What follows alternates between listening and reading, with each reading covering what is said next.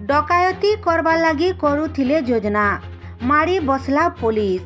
Khaprakhol block कनगा पड़िया ठाने 24 तारीख राति 2 बजे आड़ के खपराखोल पुलिस टीम खपराखोल जुरिया रास्ता ने पेट्रोलिंग करुथिबार समय थी कनगा पड़िया ने पाटनागढ़ ब्लॉक पंडामुंडा गाँव उमाकांत दल, राखी मिर्धा, अजय मिर्धा, सुजीत बरिहा, सुमंत मल्लिक, गोपीनाथ मिर्धा आरिमानकर ठानु कला रंगर ग्लैमर मोटरसाइकेल OD 17 V4948 और कला रंगर CD डिलक्स OD 03 के 71040 तार संगे भुजाली टांगिया लुहा रड बाड़ी और मोबाइल जबत करिछे।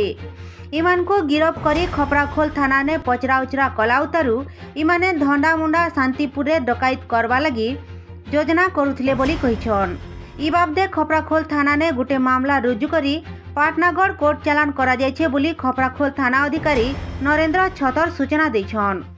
खपराखोल बिहारी प्रधान का रिपोर्ट, धना टीवी।